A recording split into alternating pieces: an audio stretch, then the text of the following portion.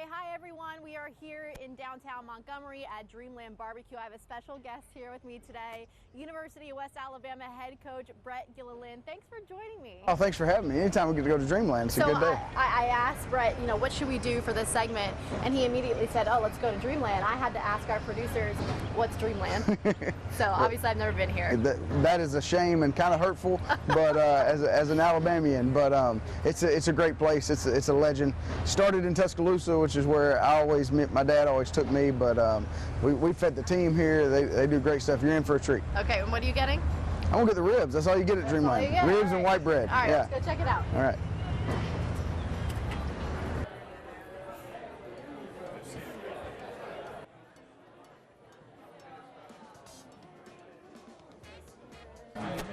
How's everyone doing today? Doing great. How are you? What get you all a drink today? I will have a water. Okay. Water as well. Water, anybody want lemon on the side? I'll take a lemon. Yes, ma'am. Please. Great. Like I said, never been here. Fried okra's good if you like the fried okra. I've never had fried okra. See, we got to try some fried okra. Okay, we'll try fried okra. Also, I was told to try the banana pudding.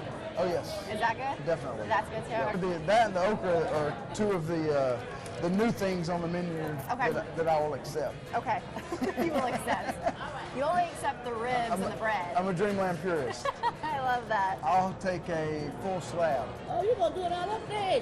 That's You're the only going way in to do it, next right? You're going in. Is there any other way? Ain't no other way but to do it like that. That's right. I grew up in Birmingham. My dad's a high school coach. We spent a lot of time in Livingston, where I coach now, hunting. We were a member of a hunting club. Well, in between there and Birmingham is Tuscaloosa. Okay. The original Dreamland's in Tuscaloosa. So, and like I said, all they had was ribs, sauce, bread. That's all you get. That's all you could get. All you got. And you just ate until you couldn't eat anymore. I did not know I was getting a Dreamland enthusiast. Oh, it's 100%. 100%. Oh wow, already. Fried okra. Okay. You're going to dip, if you like train sauce, you're going to dip it in that sauce. It's very good. Okay. That's good. Okay. Okay. Good to know. That's a vegetable? That's a vegetable. No, it's not. That's an Alabama vegetable. Right, so I'm challenging Brett to a game of pool. Neither of us play a lot of pool, but we're going to make this work. I will let you do the honors, and I'm not sure what it's called, but I will let you do the honors. Oh, I have to do the breaking. I should let there you go. break.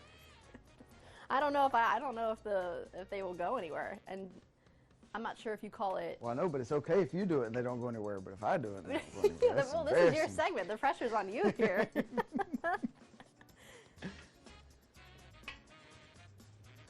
right, we'll give it a whirl anyway. Okay, that was really good.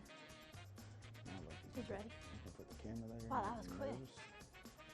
We might should have picked darts. I know. We probably should have played darts. Oh, did you that get was that a nice shot? I don't have any of that. Oh, a bib? Make sure you put your bib on. We need to have a bib. Okay. Okay? Food's almost ready, Brett. smells We gotta get good this over going. there. You got it. You got Wow, it. look at that bread. It smells You weren't good over kidding. He there. wasn't kidding about the bread. Y'all enjoy. So you mentioned that you used to go to Dreamland with your dad, Ronnie, right? That's right. Did he have a big influence on you going to UWA since he also went there? He did. He did. He certainly did. You know, he and my mom both went to school there, and obviously he had an influence in me getting into coaching and every bit of it. But most certainly, you know, it's one of those funny stories that. See, I mean, that was as easy as it gets in pool right there. But it's one of those funny stories that, you know, I remember vividly riding by the stadium after a hunting trip with Dad and him showing me, you know, his famous thing was always, his quote was always, a lot of blood, sweat, and tears on that field, you know, from him. And I remember one time him saying, you know, maybe you could play there when you grow up. Yeah. And I said, I'll never play there. And, you know, no telling why I would have said something like that as a kid, but, you know, I remember that day. What? Ooh. Wow. Ooh, That was I'm nice. sorry. It's okay. Good game. Good game. Great game. I'm getting beat at these things, so. Wow. Oh my word, look at those ribs. Yeah. You are not kidding. So this is what you would get. That right there. It went in Tuscaloosa. It was That's it. just okay, and we got That's the it. bibs too. Well, here we go. There's no clean way to eat a rib. Barbecue with Brett. That should be this is what the segment should be called. Really? There you go. That'd be good. Okay. We'll get our product placement in. I gotta go on air later today. It can't be that messy. Before you try anything, though, you have to take one of those sauces. Mm-hmm. And you gotta take a piece of bread. Okay. And you curl that piece of bread up. And you dip it into the sauce. All right. Is this spicy sauce? Not No. really. Okay. That's vinegar based. Okay. But you gotta try it. All right. Mm. Oh, that's good. Oh, it's a little. It's got a little kick to it. See, I'm used to olive oil and bread. I'm Italian. Olive oil and bread and some marinara. This much different. So you beat me at pool. Barely, but we got to the point where we can finally eat our lunch, which is great. You were telling me something that you and your dad would do when you got the ribs. What is that? What's the best pieces to eat? We would always fight over the short end pieces. So as you see on the top there's the end of the rib, the slab. So, and I think it's a personal preference thing. Yeah. They're a little bit I don't know if drier is the right word or chewier or something. It's just it's kind of more outside meat. So that's just always. That's the best part. Whoever gets to the box first, we always stole that from the other one, and it was always a good source of some arguments. So. I love that. All right, let's So take I'm gonna it. let you have Thank the you. end piece. I've had ribs before, but not Dreamland ribs. So here we go. There's no way to eat them without getting messy. Listen, I don't. You might judge me on how I eat ribs, No. but I'll just do it. Here we go. Oh, the outside piece is good. Look chewier. It might be a little harder to interview. You can also use your bread as a napkin. You know, it kind A of soaks up the napkin. sauce again. Okay. Then soak up the sauce.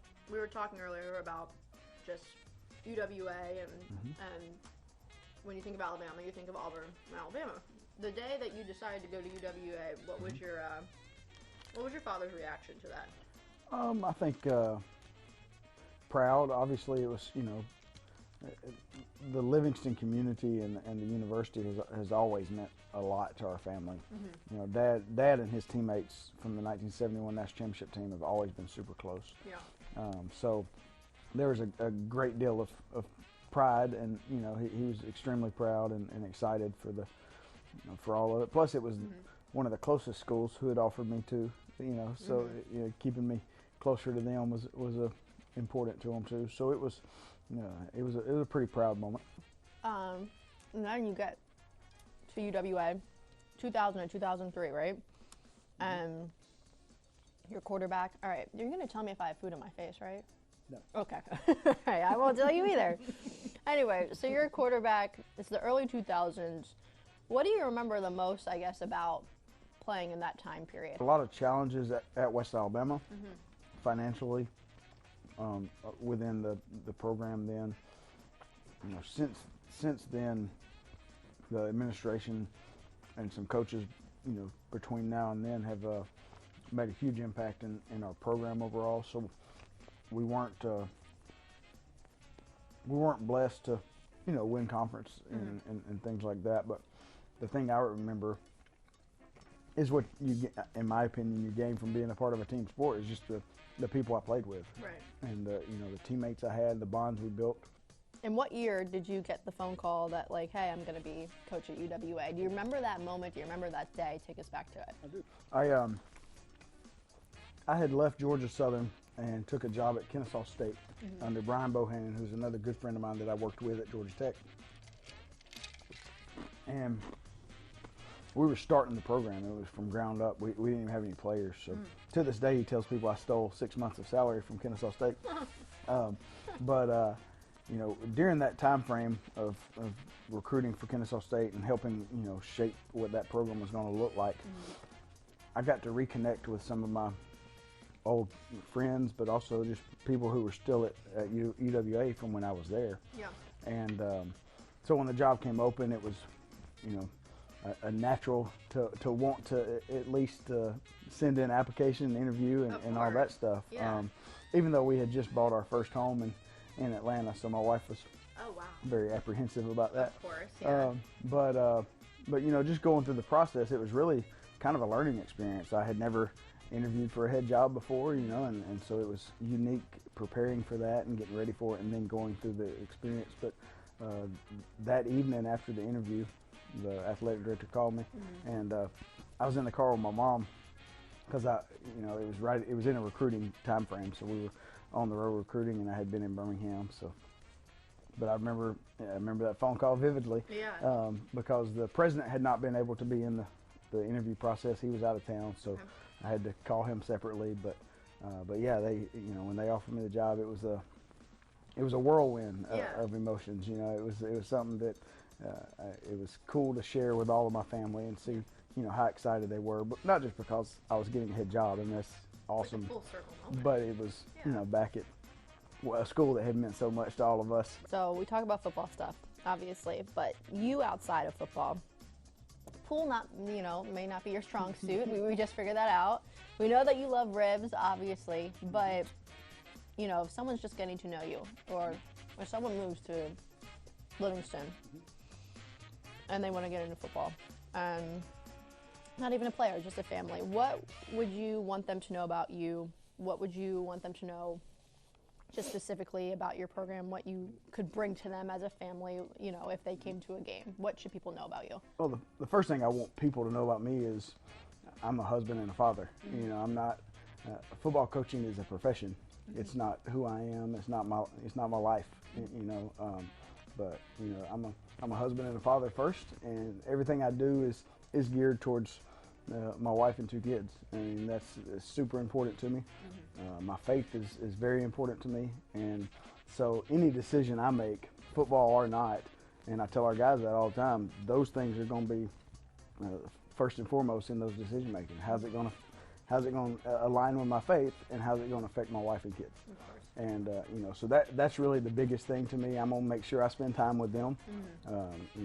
Football is a crazy profession that we can get wrapped up in being at the office all the time, and turn around and realize we've missed a lot of years with our family. And that's one thing I felt like my dad did so well, was that he was always a dad.